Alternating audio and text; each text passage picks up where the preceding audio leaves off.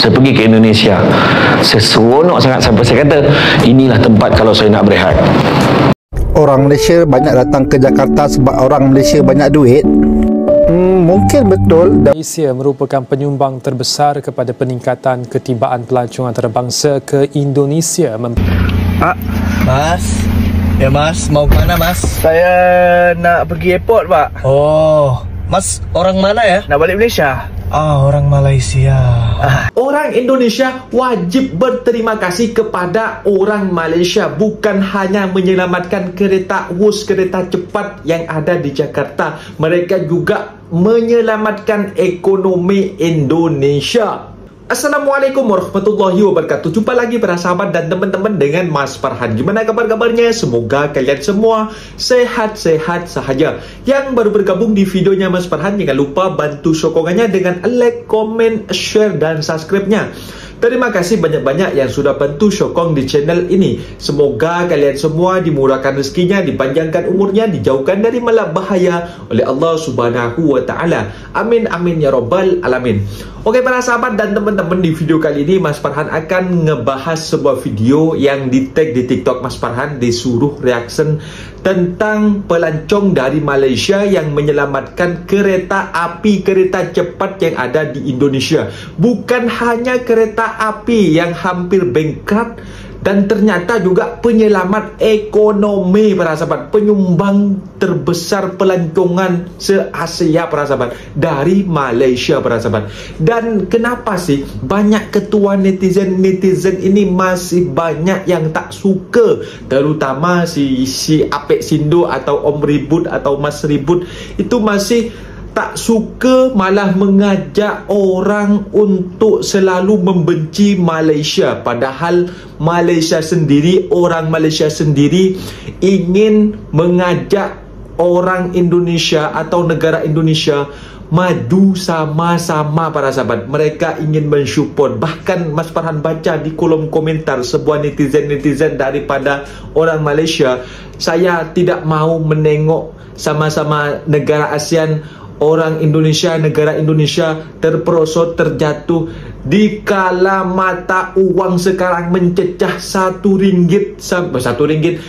USD, $1 mencecah 17.000. Dan di situ banyak pelancong daripada Malaysia datang ke Indonesia para sahabat, membantu ekonomi Indonesia, bukan hanya membantu kereta bus cepat yang katanya hampir bankrupt karena tak mencukupi dari biaya pendapatan dan juga biaya pembangunan para sahabat. Dan di situ sudah membengkak utangnya para sahabat. Dan para sahabat penasaran seperti apa videonya? Kita simak sama-sama. Ini dia videonya. Let's go.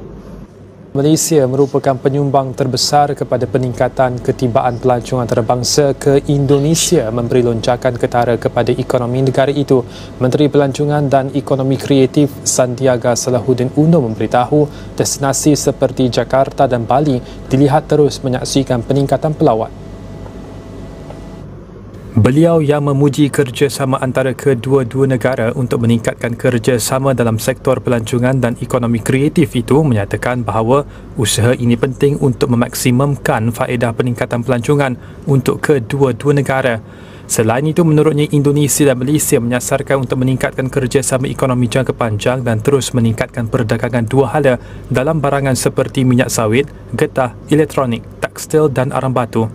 Badan Pusat Statistik BPS Indonesia melaporkan lawatan pelancong asing mencecah 1.31 juta pada Julai 2024 dengan majoriti pelawat datang dari Malaysia 13.56%, Australia 12.73% dan China 9.62%. Tahun lepas, seramai 1.9 juta rakyat Malaysia melancong ke Indonesia, manakala 3.1 juta rakyat Indonesia melawat Malaysia. Sandiaga turut berkata kerjasama berterusan dengan Menteri Pelancongan Malaysia, Datuk Seri Tiong King Sing, sambil menekankan kemajuan ekonomi adalah kunci kepada kemakmuran. Beliau berkata demikian ketika berucap pada Majlis Resepsi Hari Kebangsaan Malaysia ke-67 dan Hari Malaysia ke-61. Ramai orang Malaysia berhasrat untuk melancong ke Indonesia sebab sekarang ni nilai rupiah dah jatuh ke paras terendah sejak krisis kewangan Asia pada tahun 1998. Dah lama, dah melebihi 20 tahun. So sekarang ni kita boleh enjoy keadaan yang lebih baik. Tapi sekarang ni adalah soalannya adalah bandar mana yang korang nak recommend kalau saya nak pergi Indonesia kan. Saya baru balik dari Medan. Sebelum ni saya pernah pergi Medan, Batam, Jakarta, Surabaya dan Bali. Bandar yang saya minat adalah Yogyakarta dan kemungkinan besar mungkin Bandung lah. Sebab saya nak experience itu kereta api cepat di Indonesia dari Jakarta ke Bandung.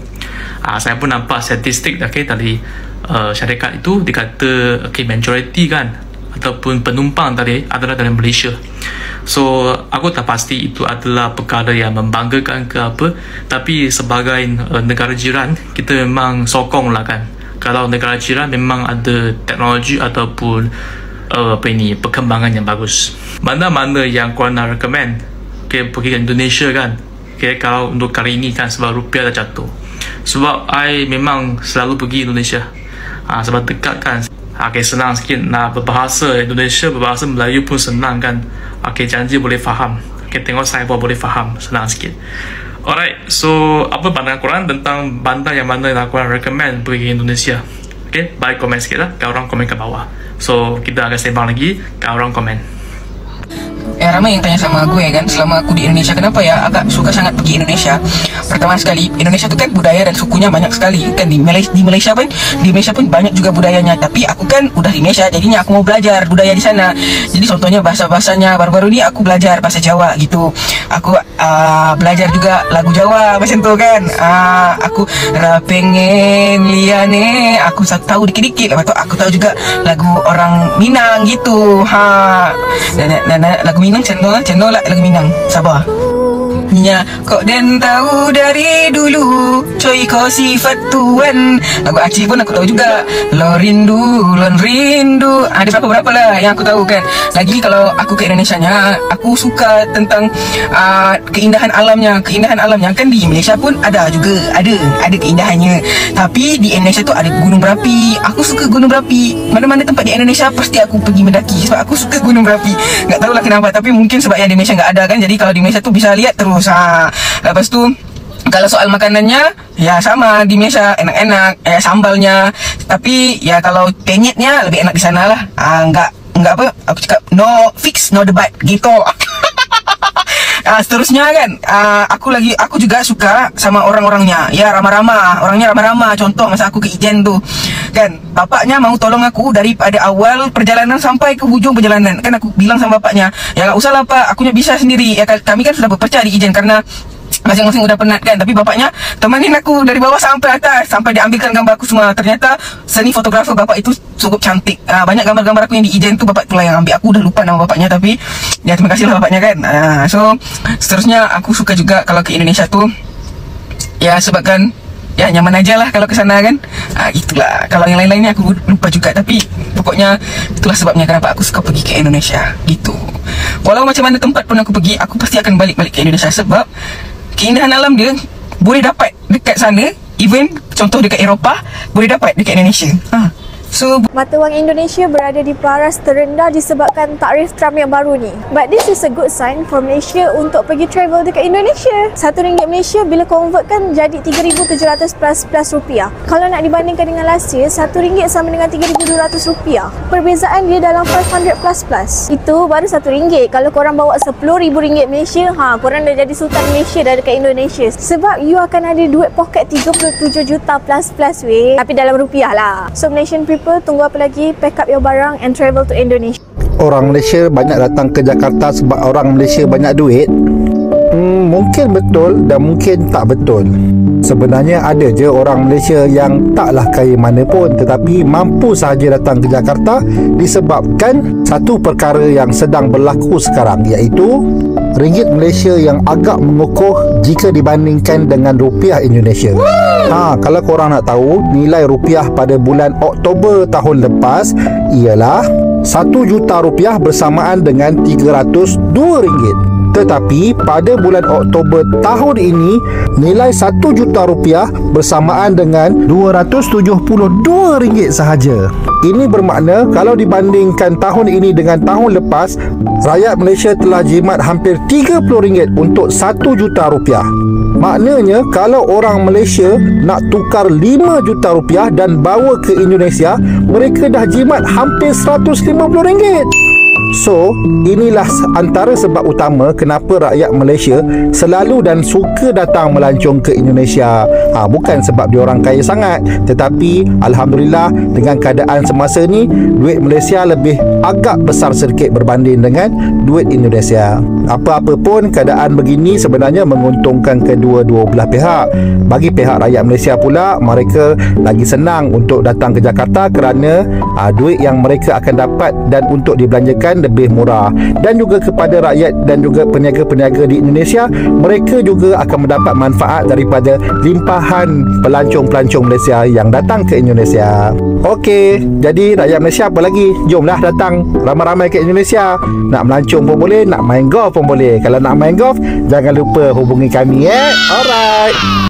Betul ke orang cakap kalau dah sampai Jakarta wajib pergi Bandung? Personally, I think it's a yes. So hari ni, I nak cerita dengan korang cara macam mana korang nak pergi Bandung dari Jakarta menggunakan Whoosh. So basically, Whoosh ni adalah high speed train yang mengambil masa 30 minit sahaja untuk korang sampai ke Bandung from Jakarta. So cara nak beli tiket Whoosh ni, basically korang pergi je website Whoosh and then beli return tiket dari Halim Station to Padalarang.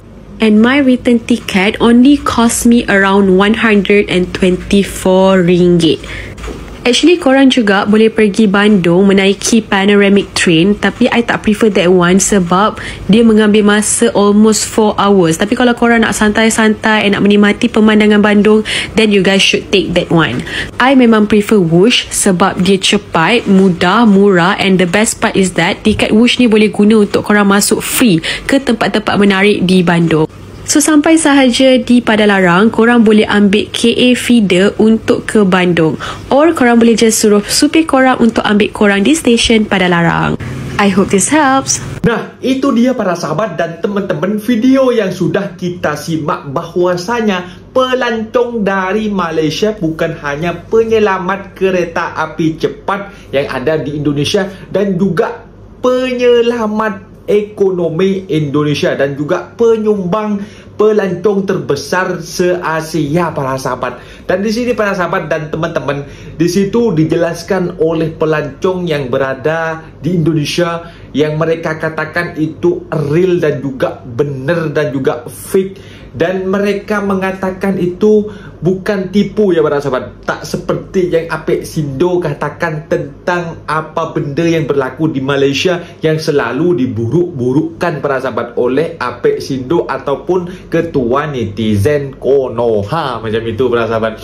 Jadi di situ selain mata uang kita yang sudah turun, kadar penukarannya sampai mencecah RM17,000 sekarang para sahabat. Itu sangatlah menjimat uang kos bagi pelancong Malaysia datang ke Indonesia. Dan juga mereka juga mensupport ekonomi Indonesia karena kita itu beranggapannya jiran dan juga serumpun. Hanya Apek Sindo yang tak mau kita itu serumpun macam itu para sahabat. Jadi di sini sudah jelas, harap-harap si Apek Sindo itu boleh paham ya para sahabat. Mungkin videonya sampai di sini para sahabat, dan teman-teman apabila ada kata benda yang silap, Mas Farhan minta maaf sebesar-besarnya, mohon dibenarkan di kolom komentar. Mas mendidur diri. Assalamualaikum warahmatullahi wabarakatuh.